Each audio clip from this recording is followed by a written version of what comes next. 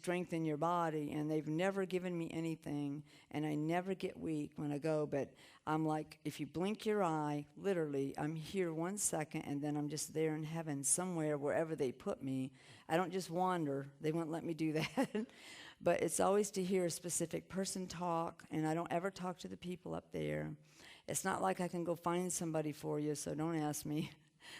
If he wants to show me something, he will, but so I go by my spirit. And then instantly I'm right back here. And the time here that goes by is like seconds. Like I could pull up and park in my driveway, and he will take me, and within seconds later, I'm back. But when I'm up there, it seems like a long time. That's eternity. Okay, anybody else over here? Okay, just got one. Don't forget to give your name. Yeah, just give your first name. Jana. Okay. I had a couple, if you don't mind. Okay. Okay, in the portal, my husband asked for a closed casket, and it was open. Mm-hmm. Was he upset with you? Is that what you think? I wonder if he is. Oh, no. I'll say a little bit more about that. They do not care, once they're there, what you did with their body. They don't care where you buried them. They don't care if you cremated them. They don't care if you dumped them in the ocean. Let me tell you, they really, honestly, if they gave, some people give such specific instructions. I want to be buried under the palm trees on the crest of this hill on this island. It may cost you $500,000, but this is really what I want. They wouldn't care if you dumped them in the ocean in a cardboard box, honestly, because they're up there having the best time of their life. And let me tell you, when they get there, they're usually sorry they ask you to do all that stuff, because they don't want you to spend all your money.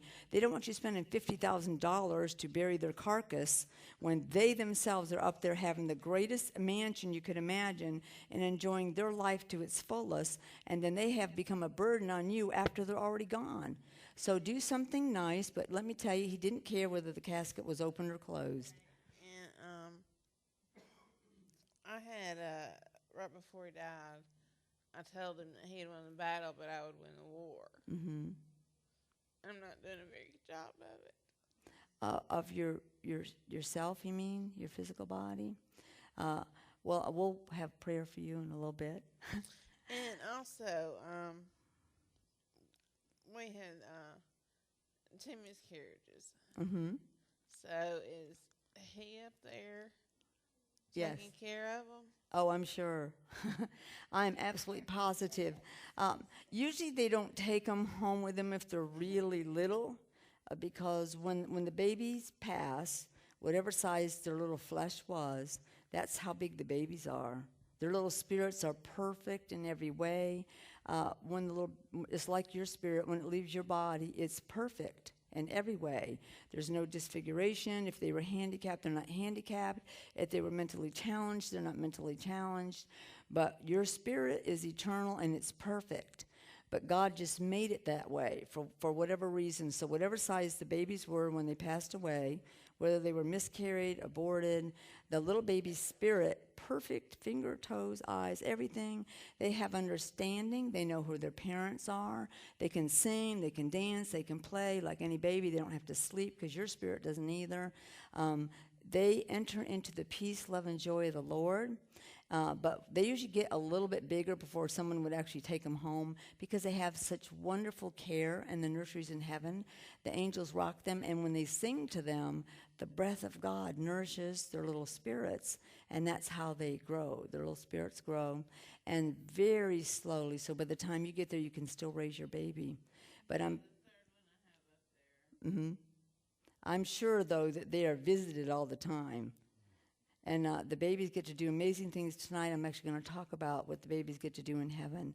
And you really get a visual picture of, they live a beautiful, wonderful life. They play all the time, because guess what? They're not going to have to sleep at all. You can imagine if you had a little baby at home that never slept and wanted to play all the time, talk, sing, and they... Yes. But in heaven, the good thing about it is I actually had a lady email me and said, I know you talked about that, but I'm a single mom, and I already struggle to take care of the one I have now. And thinking in my mind that I'm going to have years and years and years, she's thinking in the natural mind that I'm going to have the care and have to support these babies in heaven. I don't think I can do that. And I went, you do not have a clue of a life in heaven. I said, you're not changing diapers, you're not burping. Your baby could go play with 100 other babies with no one escorting it. I said, you're going to have the beautiful side of being with that child, playing, laughing, singing. And if you wanted to go off somewhere on a tour and they could go visit with other little babies and play, it's not anything like raising one here. It's just that you get to be a part of their life, see them grow, use their gifts. And so that relieves some pressure off of her, 'cause she was trying to make it seem like what it's on earth, and it isn't at all. Let someone else let's ask have some here, yeah, and then that's we'll a come good- back, yeah. okay? Anyone else here? Right here. My name's John. I'm sorry if you mentioned this in your book or last night, but you mentioned the vacations to other planets. Yes. What are you vacationing from? Do you have a job in heaven? And Well, that's what I meant to say. We call them that. That's the only way I can equate it. But, sometimes you just go because you want to have fun. It doesn't have to be a vacation. You're going to use your gifts throughout eternity. Your gifts are without repentance, they're eternal. So if this is what I say. If you're an artist, it's the thing you love more than anything else that you're doing. It's not a job, it's a joy. So the gifts that we have, the gifts that God gave us for us to use, we love to use them. Now, if you're not happy with what you're doing, you're not using your gifts, or you don't know what they are. Because whatever it is God gave you that's the greatest joy of your life to use, I don't know anyone, and it doesn't even matter if it's like I have a servant's heart. I'd be happy serving people the rest of my life. I get such joy out of helping people, giving things to people. To me, that's one of my greatest gifts, and I love it. And if I only did that when I have photography, I love taking pictures, and then I became a writer. But still, my greatest gift is loving people. And you can do that a lot of ways. Some people is cooking, and to me that's a chore. I don't want to do that. And yet I know people that's the greatest love of their life. Well, you will use those gifts throughout eternity. And you'll just stop and go off and do things and have fun with your friends and family. So it's not like you're going to toil. It isn't anything like that. But just say, I'm going to go have fun. Let's go check this place out. Let's go see that. You get a bunch of your friends together and go. It's going to be like that. So no, you're not going to toil and work through eternity. Your work is over when you leave this place. Another question? Anyone else over here? If not, we're going to move over here. Give your name. My name is Debbie, and 4 years ago, I lost the love of my life, which was my dad. And I ride the streets and I see every house that he built, everything that he did. And he was so dear to me. And I cannot hardly go a day without crying. I can't go to the cemetery without just ruining my day. And he was a spirit-filled man. He lived for the Lord. And my mom was too. But when she died, I had him to back up on. He was my backbone. And I just wonder why I can't get over him. You really can. And if it's been this long, then you do really need something special done for you. Because if you will fall madly in love with Jesus, there is not one, I feel his presence when I say that. There is not one place in you that he cannot fill. If my husband was gone, and I got home and he was gone, died and went to heaven, I wouldn't grieve.